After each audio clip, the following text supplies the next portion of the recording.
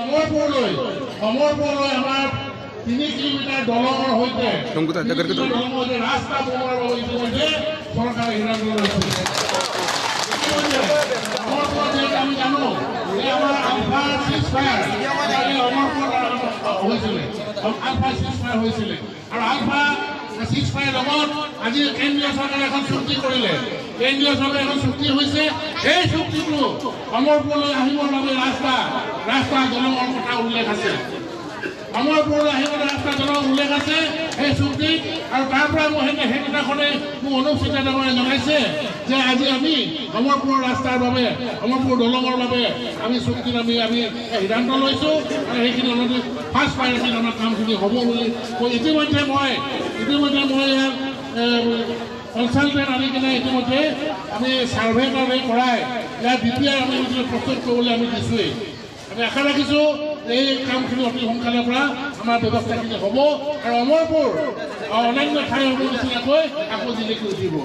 আৰু যেতিয়াই হ'ব হেমন্ত বিশ্ব শৰ্মা ডাঙৰীয়া মন্ত্ৰী হিচাপে যেতিয়া থাকিব তেতিয়াহ'লে আমাৰ কামবিলাক আমাৰ সময়মতে হৈ যাব। তাৰ উপৰিও এতিয়া এই নিৰ্বাচনৰ সময়ত এই চৰকাৰখনে আৰু বহুতো কাম বহুত আছে লৈছে। গোটেইখিনি কথা মই নকওঁ, আপোনাৰ মন্ত্ৰী ডাঙৰীয়াই ক'ব, আমাৰ এমপি ডাঙৰীয়াই ক'ব। প্ৰতি ঘৰে আমাৰ দলীয় কাৰ্যকৰ্তা মিত্ৰজোঁটৰ আমাৰ দলৰ কাৰ্যকৰ্তাসকলে ঘৰে গৈ আমাৰ এখন ফৰ্ম আহিব, 7খন ফৰ্ম আহিব। সেই 7খন ফৰ্মৰ কি আছে কথাখিনি আপোনাক অৱগত কৰাব মন্ত্ৰী ডাঙৰীয়াই। সেই 7খন ফৰ্মৰ যোগেদি এয়া হৈছে আমাৰ মাননীয় মুখ্যমন্ত্ৰী হিমন্ত বিশ্ব শৰ্মাৰ গেৰাণ্টি। মাননীয় মুখ্যমন্ত্ৰী হিমন্ত বিশ্ব শৰ্মাৰ গেৰাণ্টি যে 7খন ফৰ্মত যিখিনি থাকিব সেইখিনি আখৰে পূৰণ হ'ব। এইটো নহয় যে নিৰ্বাচনৰ সময়ত কিবা টুপ দিছে, কিবা ভেটু ভাওনা কৰিছে, সেইটো কথা নহয়। সেই ফৰ্মখনত যিখিনি কথা থাকিব সেই কথাখিনি আখৰে পালন হ'ব।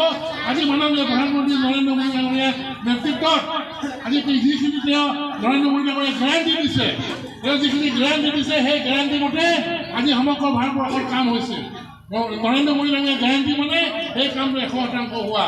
আজি উজ্জ্বলা আঁচনি হওক, জল জীৱন আঁচনি হওক, আজি তেওঁ এতিয়া আকৌ কি কৰিছে, বিশ্বকৰ্মা আঁচনি আহিব। এতিয়া আমাৰ যিসকলে খাটি খোৱাবলৈ কাম কৰিছে, মিস্ত্ৰী কৰিছে, কোনোবাই কাপোৰ কৰিছে, কোনোবাই এই ধৰণে কাম কৰাবিলাকৰ বাবে বিশ্বকৰ্মা আঁচনিত অন্তৰ্ভুক্ত হ'ব।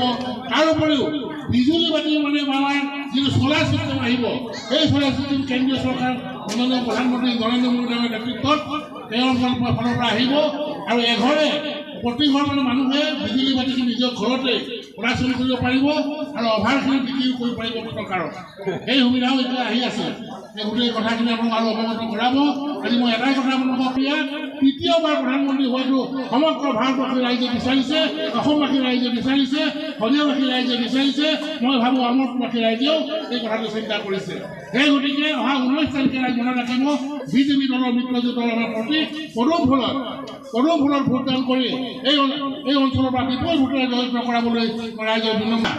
লখিমপুৰৰ পৰা আমি প্ৰধান বৰুৱা জিকিবই। এতিয়ালৈকে বিৰোধী দলৰ প্ৰাৰ্থী দিব পৰা নাই। এতিয়ালৈকে অসমৰ 13টা লোকসভা সমষ্টিৰ ভিতৰত 13খন আসনতে প্ৰাৰ্থী ঘোষণা হৈ গ'ল। কিন্তু আজিলৈকে লখিমপুৰৰ পৰা ঘোষণা কৰিব পৰা নাই, কোনেও সাহস কৰিব পৰা নাই এতিয়ালৈকে ইয়াত খেলিবৰ বাবে, টিকেট ল'বৰ বাবে। তেওঁলোকে মানুহ বিচাৰি পোৱা নাই কাক প্ৰাৰ্থী দিব, এনেকুৱা এটা পৰিস্থিতি। আৰু আমি লখিমপুৰৰ পৰা জিকাটো নিশ্চিত। কিন্তু আমি শদিয়া সমষ্টি আমি ভাবিছোঁ যে লখিমপুৰ 9টা সমষ্টিৰ ভিতৰত শদিয়া সমষ্টিৰ পৰা আমি আটাইতকৈ বেছিকৈ ভোটত জিকাম বুলি আমি চিন্তা কৰি সিদ্ধান্ত লৈছোঁ। সেই গতিকে মোৰ অমৰপুৰবাসী ৰাইজৰ ওচৰত মোৰ কাটৰ অনুৰোধ, যাতে অমৰপুৰৰ পৰা আমি বিপুল ভোটেৰে আমি আমাৰ প্ৰাৰ্থীগৰাকীক জয়যুক্ত কৰিব বিচাৰিব পাৰোঁ।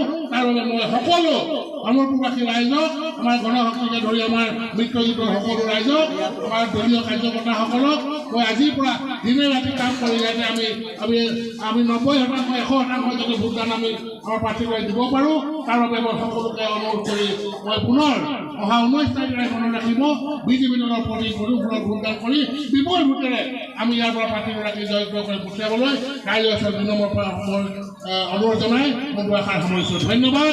ভাৰত